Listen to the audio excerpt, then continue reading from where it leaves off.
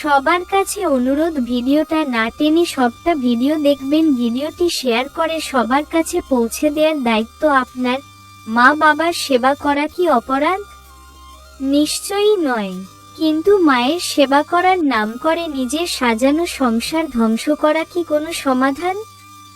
আজ আপনাদের এমন এক মেয়ের গল্প শোনাবো, যে তার মায়ের কথায় প্ররোচিত হয়ে একজন আদর্শ সরকারি চাকুরিজীবী স্বামীকে মিথ্যে অপবাদ দিয়ে ঘর ছেড়েছিল। আজ সেই মেয়েটি মাঝপথে দাঁড়িয়ে আছে, না পারছে ফিরতে, না পারছে সামনে এগোতে। আর তার নিষ্পাপ সন্তান, সে প্রতি রাতে তার বাবার জন্য ডুকরে কাঁদছে। ভিডিওটি শেষ পর্যন্ত দেখুন, কারণ আজকের এই শিক্ষাটি হয়তো আপনার বা আপনার পরিচিত কারোর জীবন বদলে দিতে পারে। অপা আর আকাশের বিয়েটা হয়েছিল অনেক স্বপ্ন নিয়ে। আকাশ সরকারি চাকরি করে, মনটা তার অনেক বড়। কিন্তু বিয়ের কিছুদিন পর থেকেই অপার মা তাকে বলতে শুরু করেন, তোর স্বামী এত টাকা পায়, আমাকে তো দেখতে পারে না।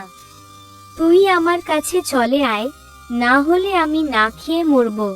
মায়ের এমন আবেগপ্রবণ কথায় অপা অন্ধ হয়ে গেল। সে বুঝতে চাইল না যে আকাশ তাকে কতটা ভালোবাসে। মায়ের প্ররোচনায় অপা প্রতিদিন ঘরে অশান্তি শুরু করল। শাশুড়ির সাথে ঝগড়া, স্বামীর সাথে দুর্ব্যবহার, সবই ছিল ঘর ছাড়ার অজুহাত। একদিন সব মায়া ত্যাগ করে সে ব্যাগ গুছিয়ে বেরিয়ে এল। আর যাওয়ার আগে রটিয়ে দিয়ে গেল এক ভয়ঙ্কর মিথ্যা, যে তার স্বামী তাকে নির্যাতন করে। সেই মিথ্যে জালে সবাই আকাশকে দোষী ভাবল, অথচ আসল সত্যটা ছিল অন্যরকম। বাবার কষ্ট ও সন্তানের প্রশ্ন, হার্ট টাচিং অংশ। ওদিকে আকাশ, সে প্রতি সেকেন্ড, প্রতি মিনিট নিজের সন্তানের জন্য তিলে তিলে শেষ হয়ে যাচ্ছে। কাজের ফাঁকে যখনই কোনো শিশুর হাসি শোনে, আকাশের চোখ দিয়ে জল পড়ে। সে আজও আয়ানের একটা পুরনো জামা আগলে ধরে বসে থাকে। সময়ের নিষ্ঠুরতা, 8 বছর কেটে গেছে। অপা এখন হাড়ভাঙা খাটুনি খেটে সংসার চালায়।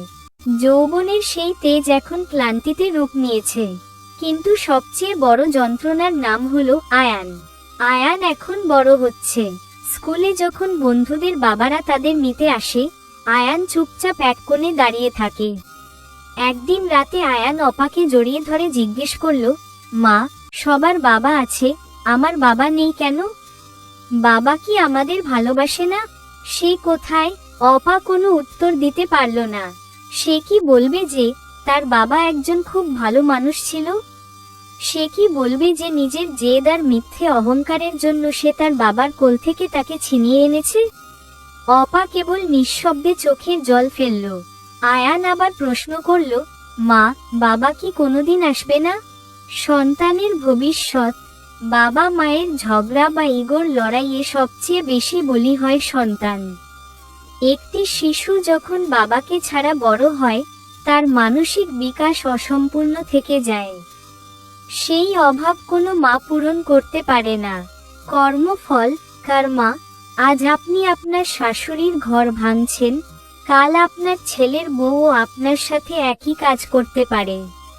পৃথিবীটা গোল, যা দেবেন তাই ফিরে পাবেন। উস্কানিতে পা দেবেন না।